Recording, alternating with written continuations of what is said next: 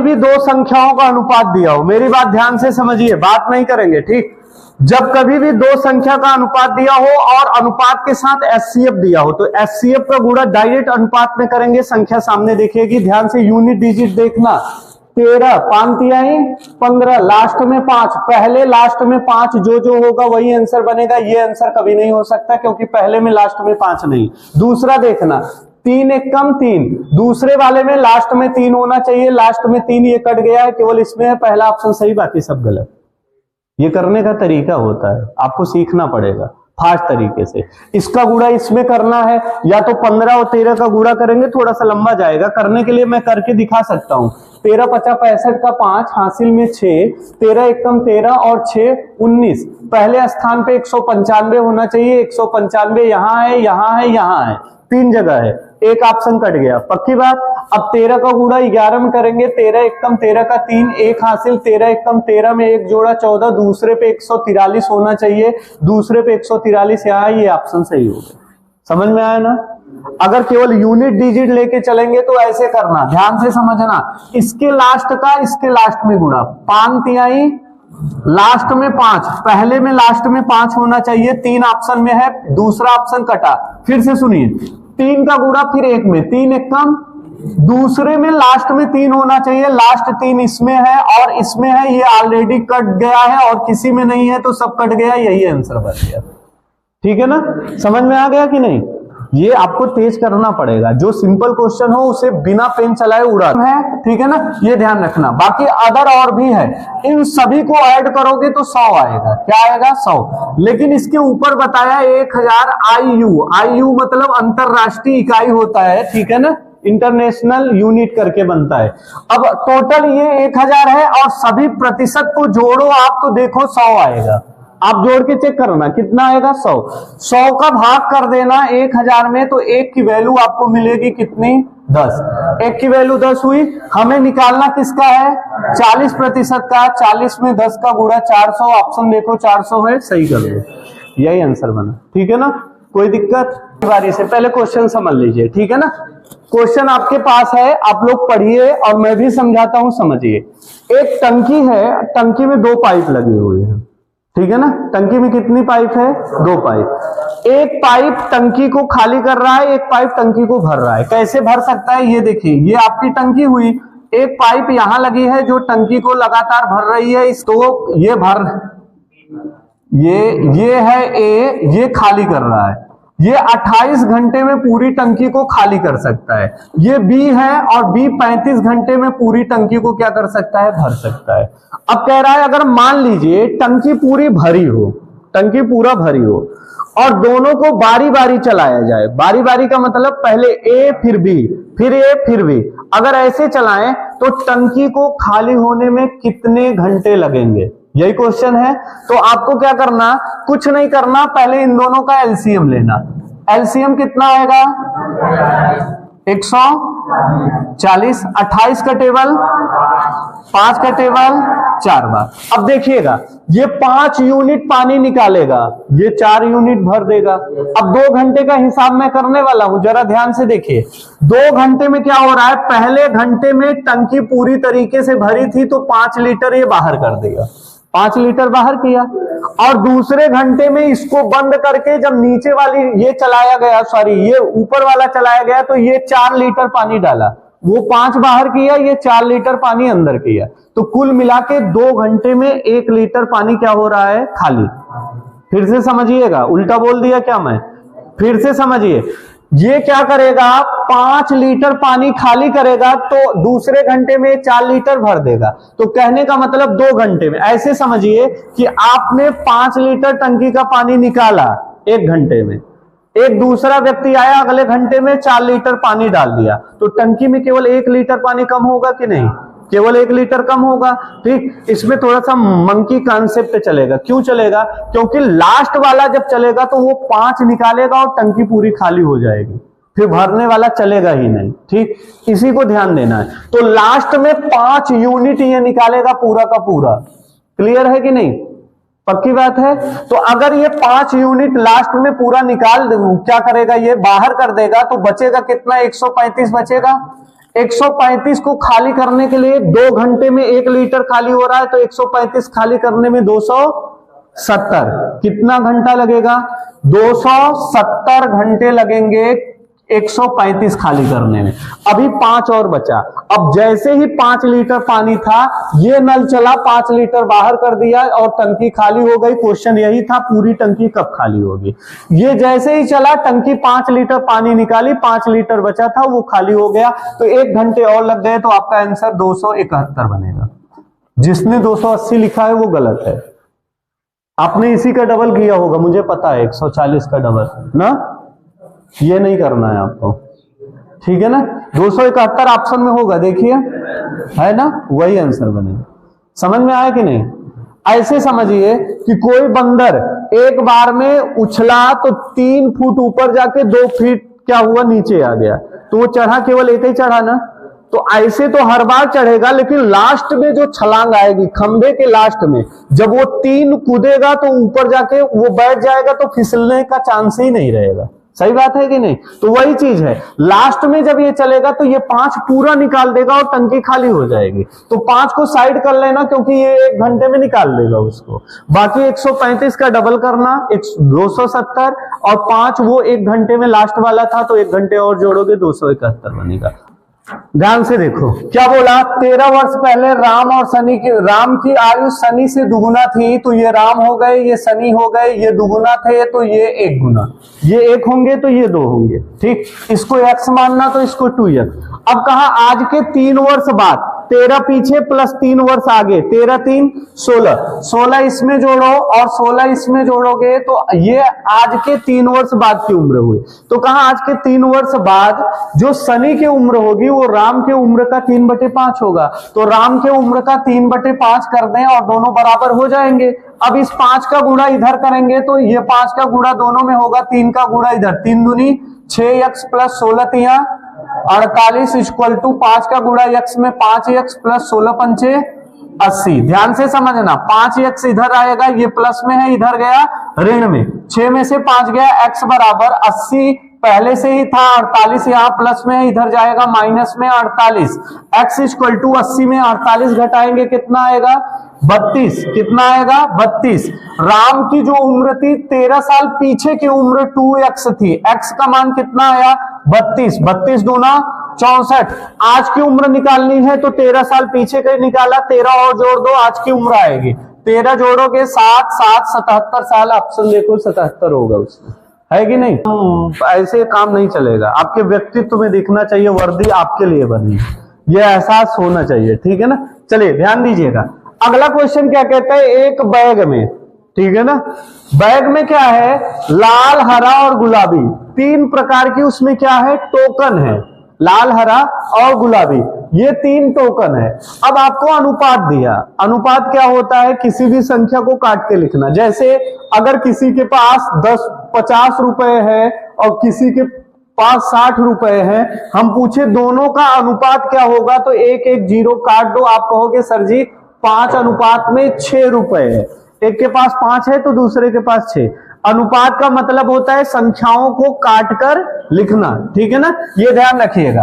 तो इसमें क्या बोला कि हरा, लाल और हरा इन दोनों की गणना करें तो 5 और 12 है, ठीक, और गुलाबी और लाल की गणना करें 7 और 15 है। ऐसा क्वेश्चन जब भी आपको दिखे तो आप तीनों वैल्यू को लिखना है, लेकिन ध्यान ये देना है जिसका जिक्र 2 बार किया हो उसको बीच में लिखना। 2 कौन कौन है, देखिए लाल यहां भी है, लाल यहां है, 2 बार इसका जिक्र हुआ कि नहीं हुआ, इसको बीचों बीच लिखना। लाल को यहां कर देना, इसके आगे हरा वाले को कर देना और इसके बाद में गुलाबी को कर देना, ठीक। अब थोड़ा सा आप अपना चैतन्यता बुद्धि खोल के तब अनुपात लिखना, नहीं तो गड़बड़ा जाएगा, ठीक। इसमें पहले लाल कहा तो लाल का कितना है, 5, तो लाल के नीचे 5 लिखो। हरा के नीचे क्या लिखोगे, हरा के नीचे 12 लिखा। अब एक लाइन खत्म, अब नीचे दूसरी लाइन से लाल का कितना है, 15, लाल का 15, गुलाबी का कितना है, गुलाबी के नीचे 7, ऐसे लिखना। और लिखने के बाद जहां जहां खाली स्थान दिखे राम भगवान का तीर चलाना, ठीक है ना। पहला स्थान ये दिखा, अगर यहां से तीर चलाओगे सबसे पहले घायल कौन होगा? 5। जो घायल होगा उसी संख्या को खाली वाले जगह पे लिख देना। अगर तीर इधर से चलाओगे तो कौन घायल होगा? 15। और तीर सीधा जाती है, ठीक, ऐसा नहीं है ऐसे घूमते घूमते जाएगी, ठीक। तो 15 घायल होगा तो 15 को ठीक इसके सामने लिखना। अगर तीनों में किसी एक के पहाड़े से कोई संख्या कटे तो काटना। जैसे 5 एकम 5 एकम 5 तिहाई 15। अब तो कोई संख्या ऐसी नहीं है जैसे 7 यहां रहे लेकिन 7 के टेबल में कुछ नहीं है, ठीक है ना। यहां देखेंगे तो ये 3 की टेबल में ये भी आता है, ये भी आता है, लेकिन यहां कोई ऐसी वैल्यू नहीं है जो 3 के टेबल में आए। 7 तो आता नहीं, तो अब गुणा करना। 12 तिहाई 15 एकम 7 एकम। बहुत सुंदर, ये आपका अनुपात आया। आपसे क्या पूछा? हरा और गुलाबी का क्या होगा? हरा का कितना है? 36 अनुपात, गुलाबी का कितना है? 7। ऑप्शन देखो 36 अनुपात में 7, यही आपका आंसर बना, ठीक है ना।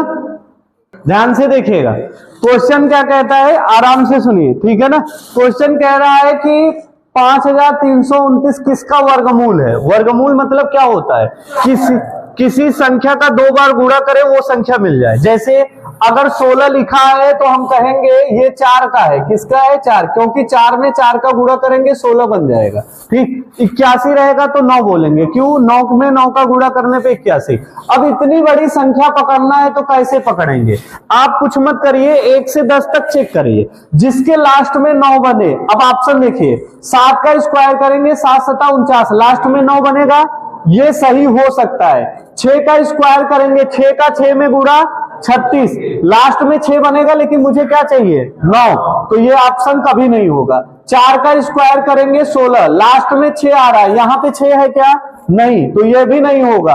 लास्ट में 3, 3 में 3 का गुणा 9, हमें 9 कहां मिला? पहले में और लास्ट में, तो इन दोनों में से कोई एक आंसर होगा, 2 ऑप्शन कट गए। अब दोनों में चेक कैसे करेंगे? आपको पता है 100 में 100 का गुणा करेंगे 10,000, और ये 10,000 का आधा दिख रहा है, इसका मतलब 97 100 से थोड़ा सा कम है, इसका मतलब 73 इसका आंसर बनेगा। देख के ही पता चल रहा है।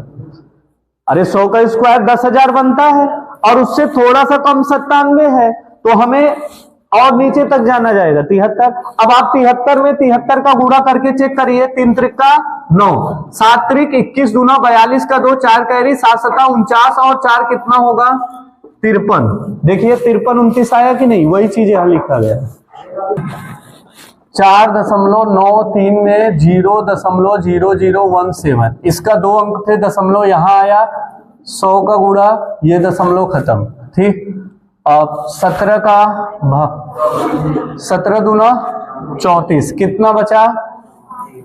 हाँ 15, 17 नवैया, ऑप्शन देखो 2900। समझ में आया? फिर से समझना, ठीक। 4.93 अपान में 0.0017 है, ठीक।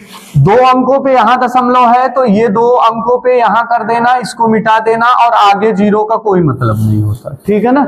और ये दशमलव खत्म, ये 493 बन गया, ठीक।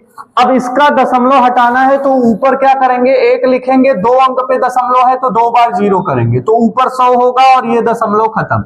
अब नीचे केवल 17 बचा, ठीक है ना। जिसको नहीं पता ये ध्यान रखिए, अगर ऊपर 4.93 लिखा है, नीचे 0.17 लिखा है, तो 2 अंक पे यहां दशमलव, 2 अंक पे यहां दशमलव, मिटा दो, कोई फर्क नहीं पड़ेगा। लेकिन ध्यान से समझना, अगर यहां 4 अंक पे दशमलव लग गया, ठीक है ना, 4 अंक पे यहां दशमलव लगा, तब क्या करेंगे? पहली चीज तो ये 2 अंक पे है, ये दशमलव हटाइए, इस दशमलव को हटा के 2 अंक पे लगा दीजिए, ये बना। अब इस दशमलव को खत्म करना हो, अगर नीचे दशमलव है तो ऊपर काम, क्या काम? इस दशमलव को 1 लिखना, 1 लिखते ही मिटा देना। इसके इस साइड दाहिने साइड 2 नंबर है, 2 बार 0 कर देना, ठीक। अब 17 से इसको काटोगे, 17 दूना 34, 15 बचा, 15 यहां आ जाएगा, बगल में 3 है, 153, 17 नवैया 153, 29 में 100 का गुणा करेंगे 2900 बनेगा, 29 में 100 का गुणा 2900 बनेगा, ठीक। यही आपके ऑप्शन में होगा, यही आंसर बना, ठीक है ना। इतना आपको पता होना चाहिए, ठीक।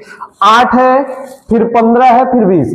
इन सभी से सबसे छोटा पूर्ण वर्ग संख्या बनाने के लिए कौन सा हो सकता है, ठीक। यही क्वेश्चन पूछा, कुछ नहीं, इन तीनों का एलसीएम ले लो, 8 15 20। ध्यान से देखना, 2 से काटेंगे 4, 15 10, ठीक है ना।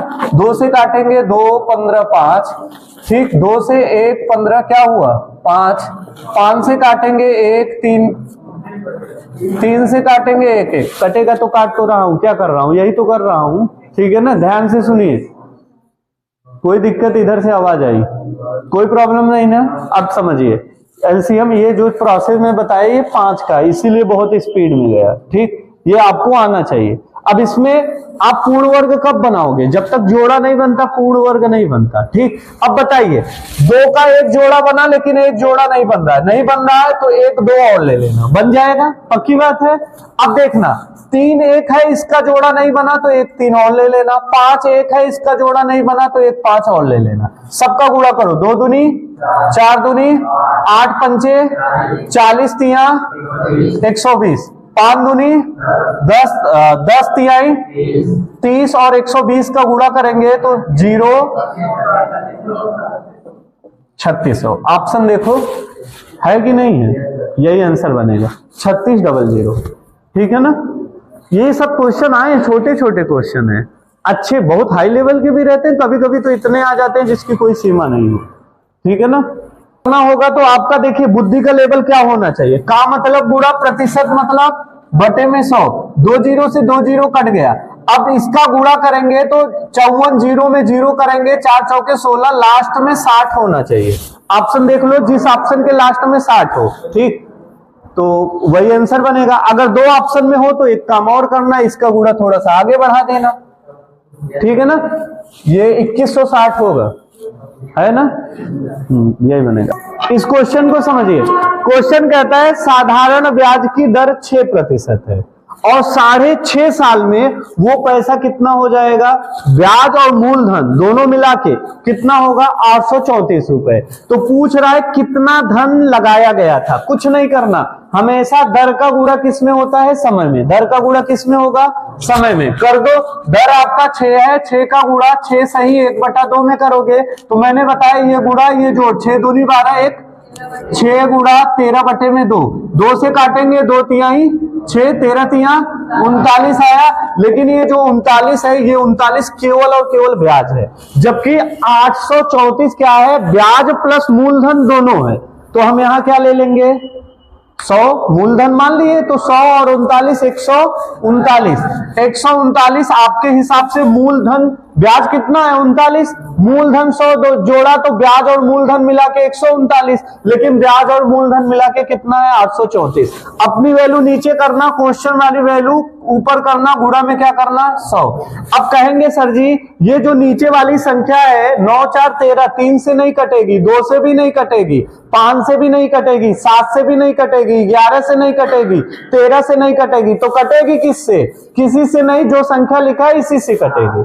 आपको पता कैसे चलेगा कितनी बार 139 का टेबल तो आप जानते नहीं, तो आप जानेंगे कैसे, उसको सीखिए। यहां 9 है, 9 का टेबल पढ़ो, लास्ट में 4 आना चाहिए। 9 दूनी 18, 9 तिरिक 27, 9 चौके 36, 9 पचे 45, 9 छके, लास्ट में 4 मिला कि नहीं मिला, कितनी बार में मिला, 6 बार में मिला। तो इसको काट दो, 6 आएगा, 6 में 100 का गुणा 600 आपका आंसर बन गया। क्लियर, ऐसे काटना पड़ेगा आपको। व्यक्ति है वो मेज लिया और कुर्सी लिया, ठीक, मेज और कुर्सी खरीदने में कुल 5000 रुपए खर्च कर दिया, ठीक। अब आपको एक आंकड़ा दिया कि वो मेज कितना खरीदेगा 12, और एक मेज का मूल्य कितना है 50, तो 12 मेज खरीदने में कितने पैसे खरीदे 600 रुपए। एक मेज का मूल्य 50, तो 12 मेज 600 रुपए का होगा, 12 में किसका गुणा करेंगे 50 का। अगर 600 रुपए मेज खरीदने में वो लगा दिया और 5000 रुपए मेज और कुर्सी खरीदा था, तो इसका मतलब 5000 में से 600 अगर हम माइनस कर देते हैं तो वो कुर्सी का दाम आएगा, पक्की बात है। तो अगर 600 माइनस किए कितना आया 4400, 4400 में कुर्सी खरीदेगा कि नहीं। एक कुर्सी का दाम कितना है 40, 44 में 40 का भाग करिए, देखिए 4 एक कम 4, 4 एक कम 4, 1 0 बचा 0, तो कुल मिला के कुर्सियों की संख्या कितनी है 110। आपसे पूछा मेज और कुर्सियों का अनुपात क्या होगा, यही पूछा। कुर्सी कितनी है 12, मेज कितना है 110, दोनों का आधा करो, 110 का आधा 55, 12 का आधा 6, यही आपका आंसर होगा। अब ये न ये आधा होगा न ये तो हो जाएगा, 6 का आधा 3, 55 का आधा दशमलव में आएगा, ठीक। कुल मिला के कटेगा नहीं, 5 से ये कटेगा, ये नहीं कटेगा, 3 से ये कटेगा, ये नहीं कटेगा। विभाजन वाला नियम तो पढ़ा है ना, उसको ध्यान रखना। तो इसका आंसर बना 655।